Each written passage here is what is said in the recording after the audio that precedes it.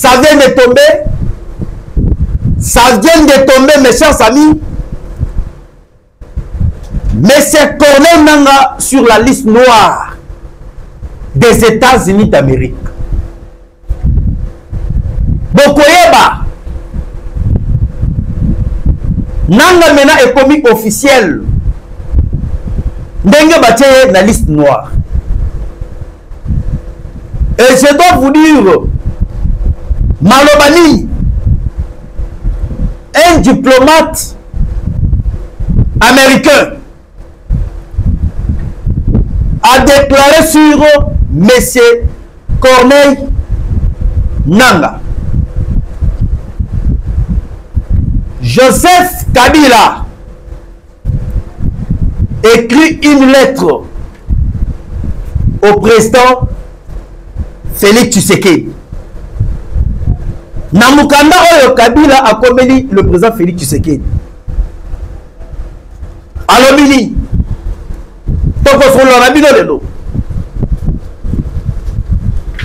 Avant de banda émission yabiso bande kobalani. Peuple congolais Nasali Kosenga bino boko tafoba ebele bon partager notre émission et bon sanate ko aimer et ko tika ba commentaire nabino. Awa makambo échanger makambo et comme à niveau moussous. Je pense que l'autre reméquepé ko partager nabino 3 points à l'ordre du jour. Ndenge ezala toujours mon message. J'espère bien que Boyebi Oyazali devant vous. Ezali Oyabino Molobeli à peuple. Congolais de père et de mère. Congolais de tata et de maman. Bande konanga ina kwa bise bino ke lelo tokolobela likambu ya M. Corneille Nangaa Oyo. Ba uti kocha na liste noire ya États-Unis d'Amérique. Bilaki bango bikoki. Et yami bala tolobela na oyo etali mukanda. Kabila akomi mukanda. Mukanda oyo Kaname Kazeberenge akomeli tata mokonza mboka. Alobi nini? Asengi nini? Après avoir koboma ba Congolais ebele. Après avoir kosala carnage na ville ya Goma. Et lelo Monsieur Kaname azongi na raison ya kokoma mukanda auprès du président Tshisekedi. Nakacha mukanda wana nde toko lobela makambo ebele. Sur le troisième point, toko lobela na oyo etali voyage ya tata mokonza mboka le président Félix Antoine Tshisekedi Tshilombo aux États-Unis d'Amérique. Et une nouvelle étape est attendue ce vendredi 2 mai 2025 à Washington. Qu'est-ce qui se passe? Tokoko en détail. Alors, bandeko na minute oyo ndenge tozali koyebisa bino. Likambu ya M. Nangaa bauti kosele yango epa ya les États-Unis d'Amérique. Tolobaki awa butu moi. Bobanga te. Batwala bakosala eloko te. Mais lelo bango nyonso to basuki. Basuki na ndenge kosakana te. Nangaa azalaki trop sûr na Joseph Kabila na M. Moïse Katumbi. Bazalaki trop sûr que bakokwesa Félix Tshisekedi.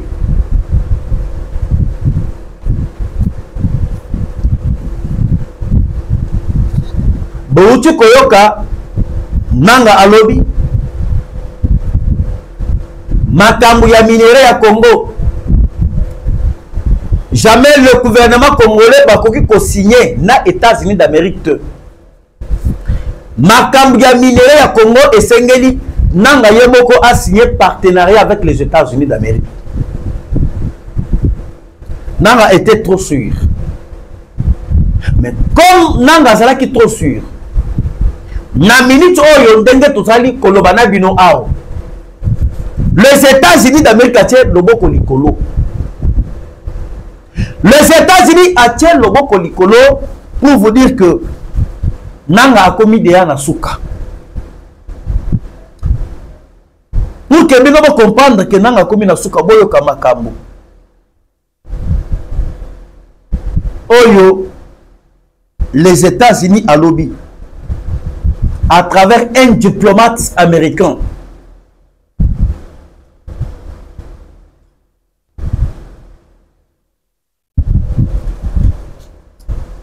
Selon un diplomate américain qui est aux États-Unis, à lobby boy.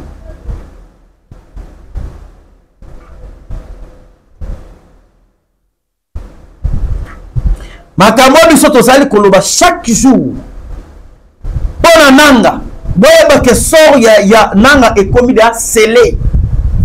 Bako sa binote.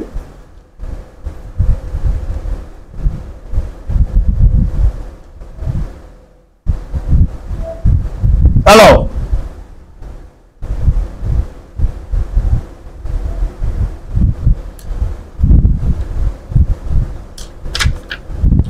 tozali ko talela bino total ma déclaration.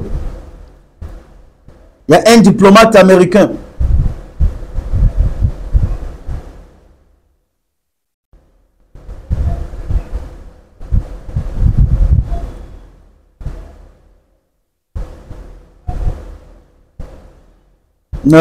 un diplomate américain. Ok, je suis là. Allo Biboy. Selon un diplomate américain, Alobi, Monsieur Corneille Nangaa risque d'être déclaré wanted. C'est un mot qu'on a toujours employé en anglais. Nangaa sera considéré et Nangaa risque d'être déclaré wanted. C'est-à-dire, il risque d'être déclaré comme un danger pour le monde entier. Et ils ajoutent encore,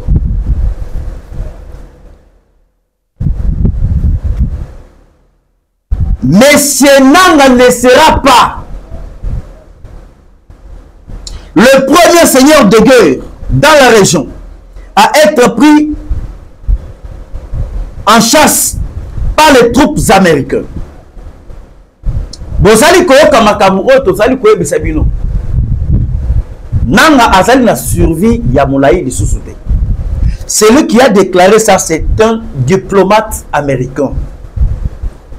Oyo alobi et a affirmé encore. Nangaa akoleka les États-Unis d'Amérique na makasi te. Et à cause de là, mon tour va contraqué par les États-Unis d'Amérique. Dans sous-région, il y a Grand Lac. Selon un diplomate américain, il a déclaré Makambo à l'endroit de M. Corneille Nangaa. Parce que dans la minute où il y a déjà que Nangaa a commis déjà dans la liste noire. Makambo est étape par étape. Bon, mon indenge bataki Osama Ben Laden. Dans la liste noire il y a américain. Mais Ali Otozali kokenda avec M. Corneille Nangaa. Naba Willy Ngoma. Willy Ngoma quand même, il a essayé un peu de comprendre les choses. À moins déjà bassigne du temps. Na minute où bazali na keba keba. Mais comme Nangaa azali ko s'entêter, bokoye ba sort naye. Selon les diplomates américains à lobby, Nangaa sera pourchassé par les troupes américaines. Et Trump pourrait changer Kagame à le capturer si jamais prévient Nangaa osait tenter de troubler la paix américaine dans une région déstabilisée pendant 3 décennies. Même Marco Rubio l'a dit et réduit 30 ans de conflit, ça suffit. Ça, c'est une déclaration très importante. Ça, c'est le fruit le fruit de la diplomatie du président Félix Tshisekedi. Lorsque un diplomate américain vous parle comme ça dit beaucoup. Selon un diplomate américain, alors Nanga a posé la pourchasser. Et ils vont faire tout et tout et instruire à M. Paul Kagame de neutraliser M. Corneille Nanga.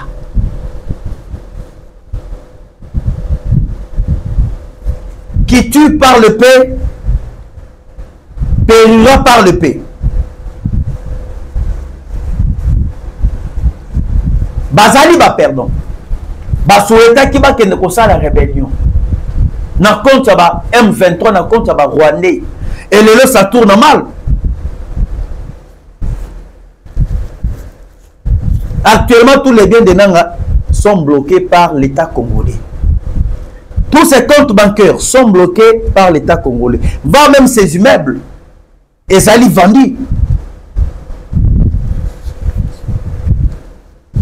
Et en plus, la justice de son pays l'a déjà condamné. Nanga Vokende wapi.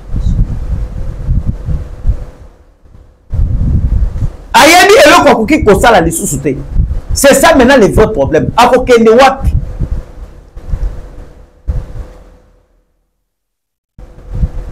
Elle va même sommateur direct qui est M. Joseph Kabila va aussi subir ses ressorts. Sans blague, sans relâche.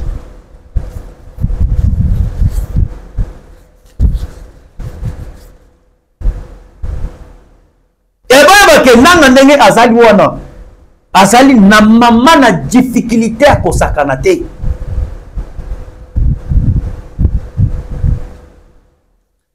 Boyoki déjà Ouganda, il est là. L'armée ougandaise dirigée par Moïse Kehonakaba. Ce n'est pas pour rien.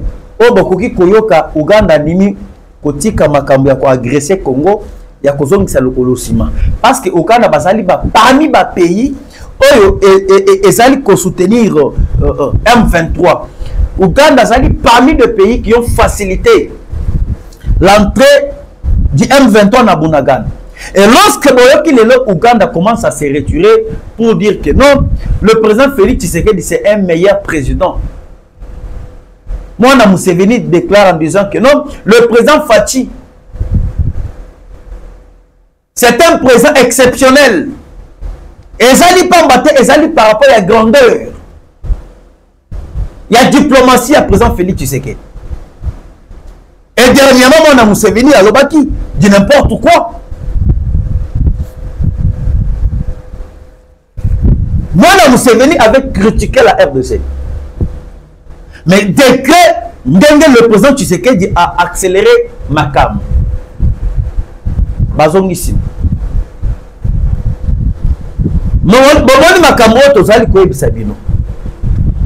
Les États-Unis ont la possibilité sans vous mentir.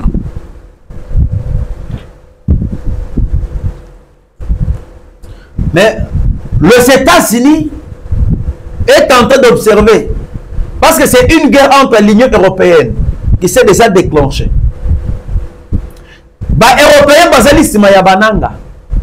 lorsque je vous parle des Européens, des Européennes, je n'ai pas l'illusion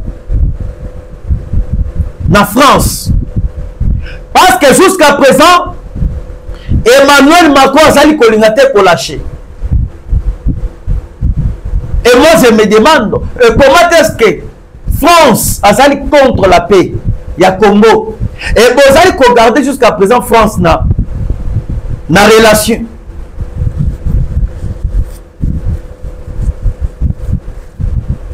Nous, tous allons ça les lots minéraux à la piller, c'est la France. Batro basal kolinga lelo, Congo ça la déstabiliser, c'est la France. Et pourquoi vous allez regarder France n'a relation?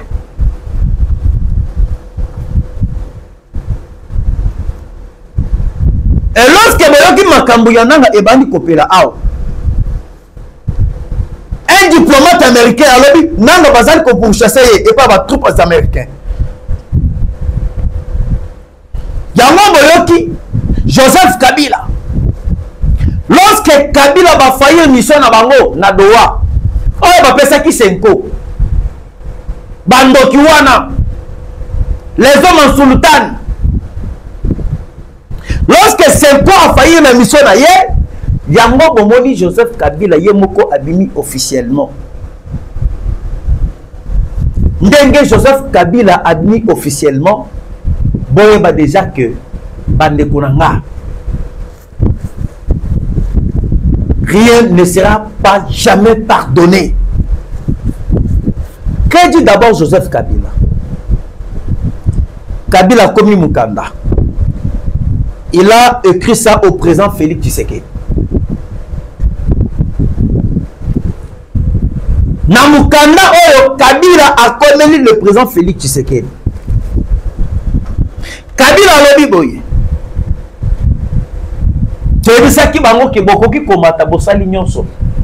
Boyeba que vous êtes devant un politicien bien formé par son père. Lelo Kabila ko akomi kokoma Mukanda. Boyo kamakamu oyo Kabila komi le président Félix. Maman m'a sobelé. Hein?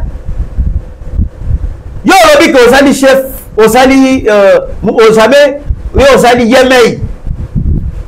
Osali yemei et lelo komo kokoma Mukanda. Boloba ki awa. Ce n'est pas Tshisekedi qui dirige, c'est Kabila qui dirige. Maintenant, le Kabila qui dirigeait, et Kabila commence à écrire une lettre auprès du président Félix Tshisekedi. Makambo changeaka. Bon, comme Kabila lobby, tout avancer. Selon M. Joseph Kabila, à lobby, son Excellence, M. Félix Antoine Tshisekedi Tshilombo, le président de la République démocratique du Congo,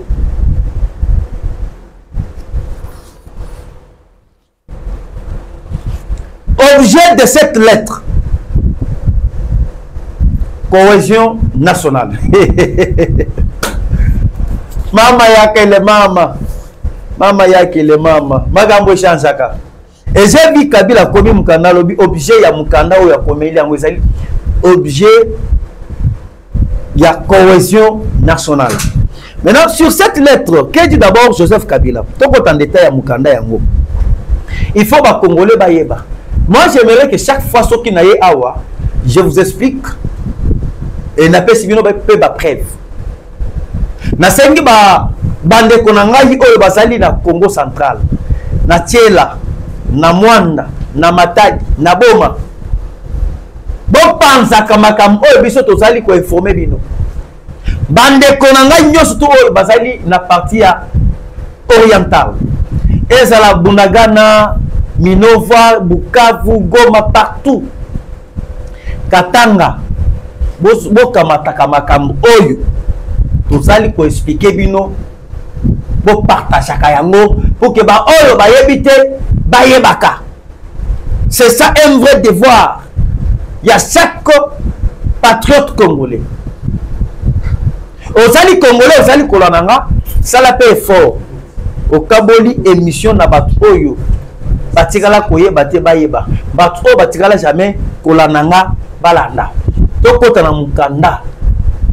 Oyo Kabila akomeli tata mokonza mboka. Boyoka.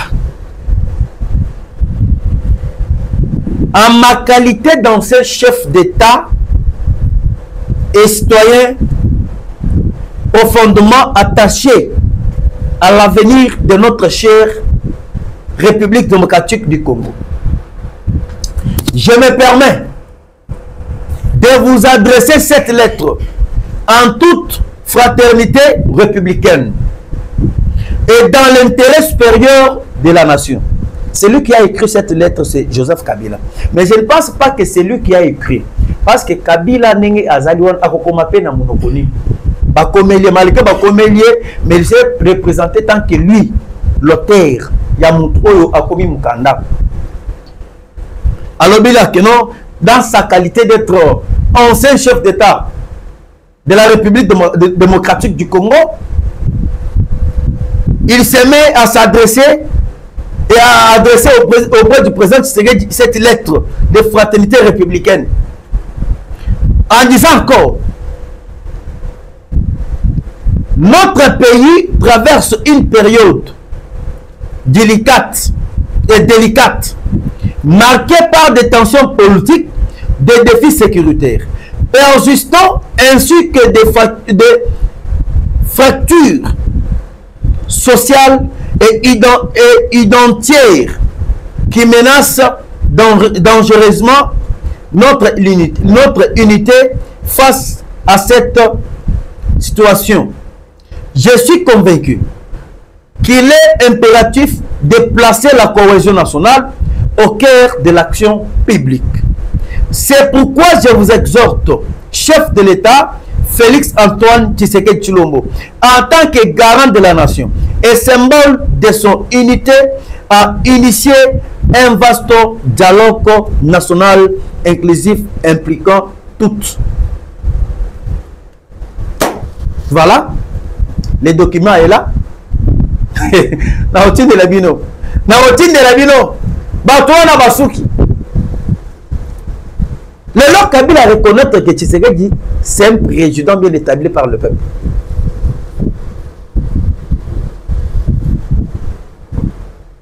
Le Lord Kabila a comment qu'autant que le président Félix Tshisekedi va comprendre Batouana Basali coincé.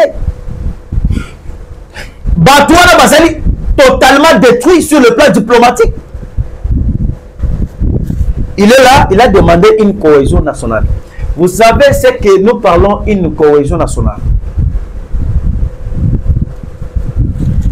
C'est-à-dire, on va prendre tous les politiciens, toquer à table. C'est ça la cohésion. Tout ce qui se dit qu'il est congolais.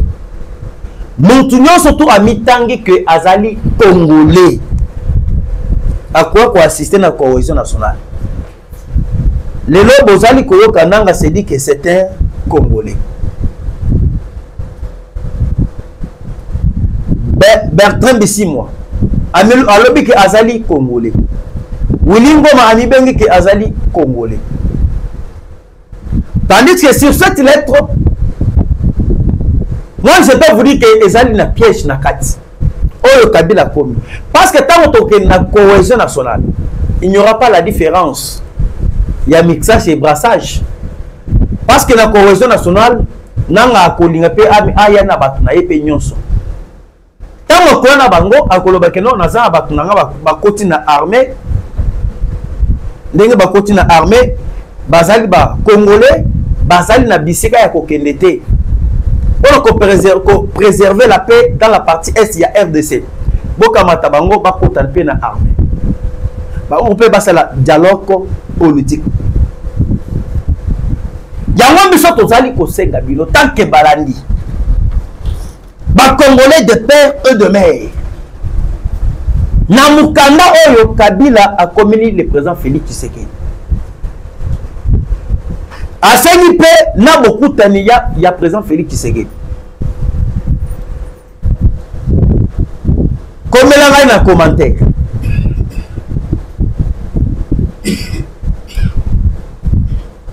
Pona bino bolingi fachi ayamba Kabila ayoka makambo oyo ya mukanda. Kabila a communiqué le président Félix Tshisekedi. Soki ozali kolananga koma kaka na commentaire na boy kokota na ba détail ya makambo ebele. Parce que ngana bona kola kisa couleur na ngana lobi que non fachi ayamba yi. Ou soit fachi ayamba yete. Na yebi makambo yo peuple ozali kolobate. Na yebi makambo yo peuple ozali kokanisate. Biso tozali balobeli na bino. Tango tozali ko défendre. Kolobela bino. Tata Mokozamboka ayokaka. Mais Tata Mokozamboka a été élu par vous, vous le peuple. Mais bino bozali censé maintenant ya kokomelanga na ba commentaire. Tolingite facha salaboy. Tolingite facha salaboy.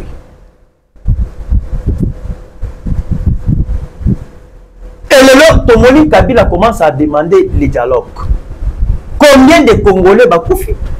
C'est-à-dire pour passer à une cohésion nationale, il faut d'abord que ça la carnage na Goma, il faut d'abord que on batte na Bukavu, et après un moment on va notre cohésion nationale. Ça, ce sont des bêtises. Accès à la négociation, Fatia Saliko a bien en côté, et le président ne pense même pas sur ça.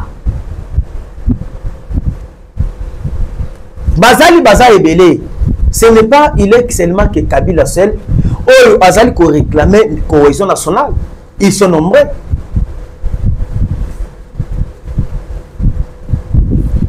Bazali Bafayoulou Bakatumbi va même la 5 ans. Ce qui vient vous éviter. La 5 ans que vous voyez. J'ai même un document, je dois vous brandir. Un document de la 5 ans. 5 ans, Basali Lelope Réunion Chadari. Secrétaire général, il y a Envol, il y a Denis Sessang. Secrétaire général, il y a parti politique, il y a Fayoulou.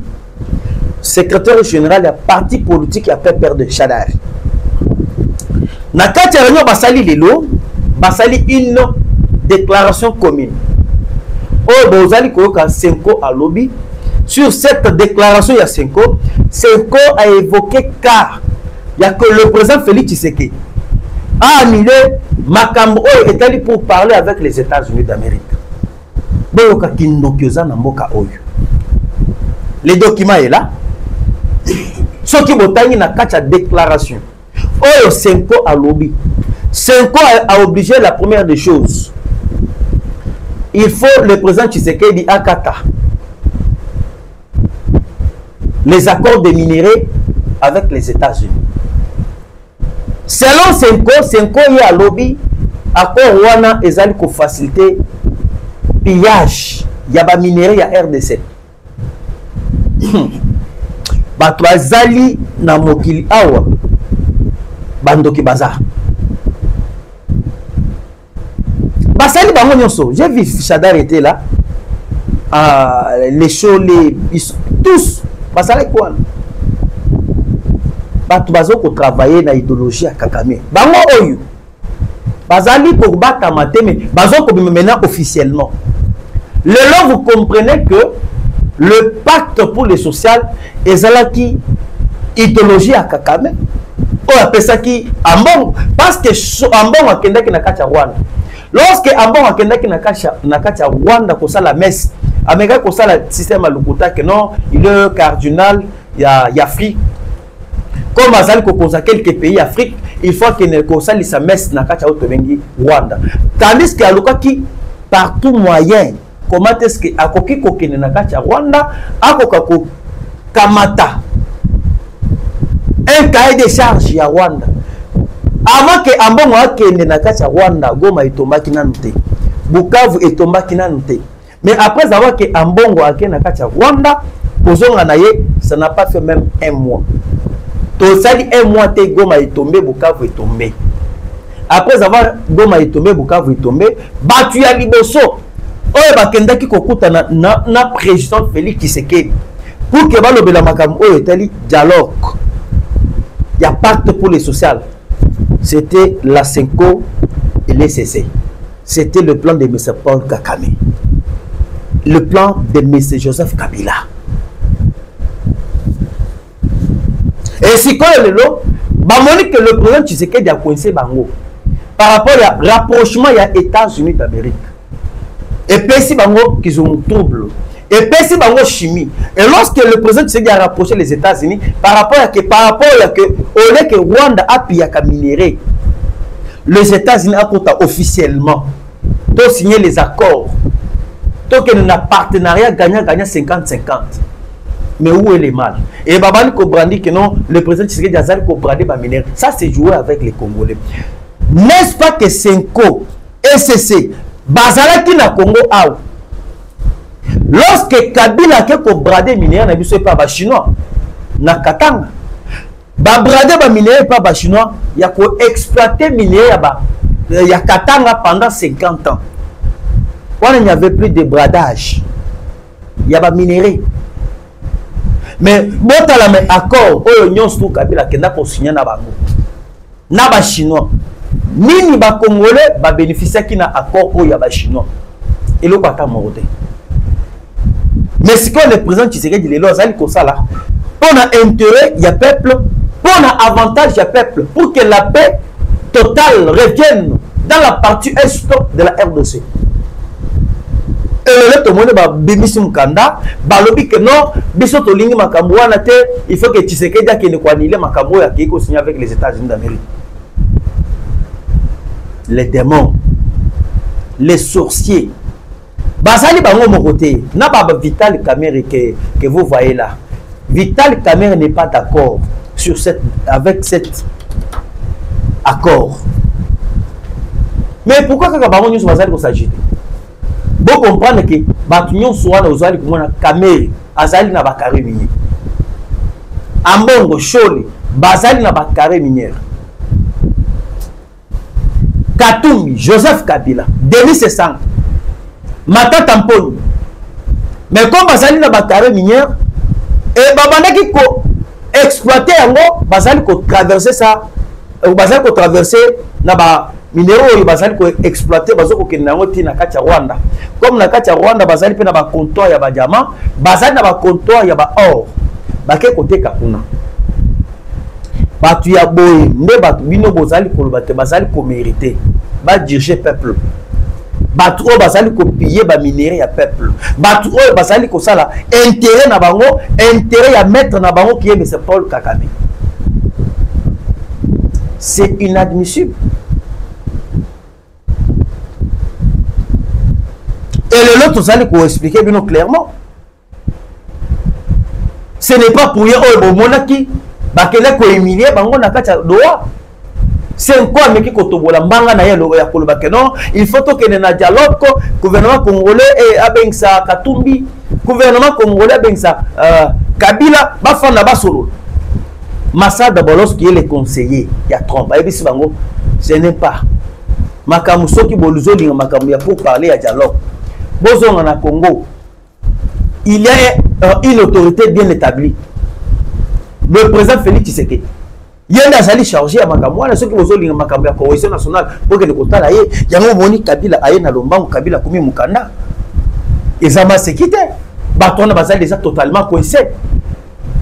Basala qui n'a plan, il y a deux plans. Plan ya Nanga, na plan ya Senko.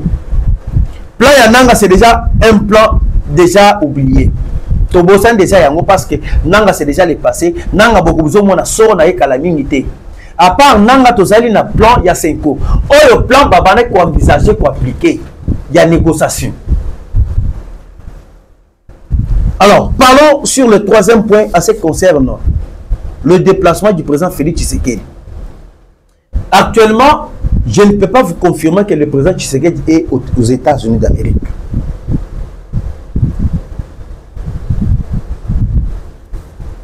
Une nouvelle étape est attendue néanmoins que ce vendredi ici, le 2 mai 2025 à Washington.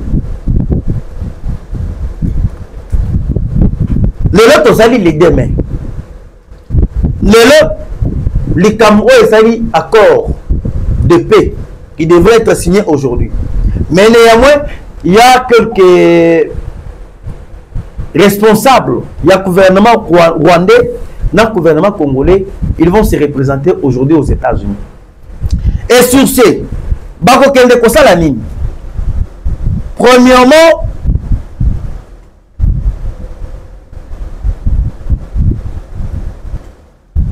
une nouvelle étape est attendue ce vendredi 2 mai 2025 à Washington, Kinshasa et Kigali.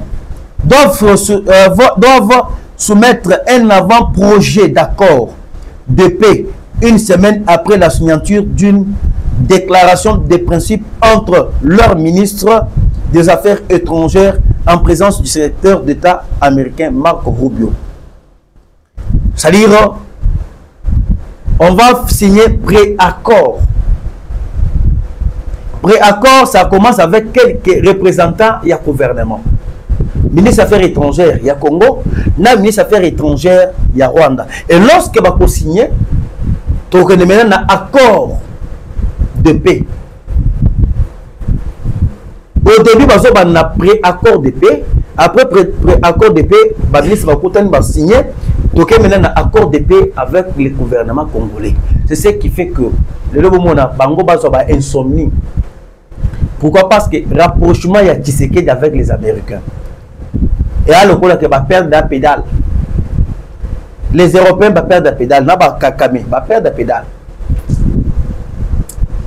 Alors, Bande Kobalandi, je pense qu'il y a Koloba et Zalimingi et Belé. C'est que moi je peux vous dire que prêtre, il y a l'église catholique, Bazali ko jouer na carte, il y a des opposants. J'ai suivi aujourd'hui Donald Trump, hier, à Salissi, presque une journée de prière dans le jardin de la Maison Blanche. Et Trump a insisté à lobby pour garder la grande puissance des États-Unis. Il faut que Bandi Mao Bengi Jésus-Christ. Il faut que les États-Unis, j'ai même le message que le président Donald Trump a reçu Koloba.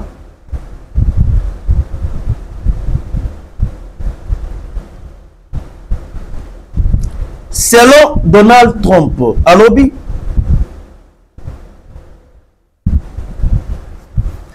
l'Amérique a besoin de Dieu pour être une grande nation, a déclaré Donald Trump, le président américain, qui a organisé une journée nationale de prière au jardin de la Maison Blanche. Nous ramenons la religion dans notre pays, et c'est rapidement et avec force, car pour que l'Amérique soit une grande nation, nous devons toujours être une nation unie sous l'autorité de Dieu, a déclaré Donald Trump. C'est ça. Et ça, les bandoki, oh, vous allez comment on va prêtre à Wanate. Même quand le président Tshisekedi peut à Sala Yango. Bon, moi, bitumba, oh, Trump a Zali na Yango. Et Zali même bitumba. Oh, le président Tshisekedi a Zali pe na Yango.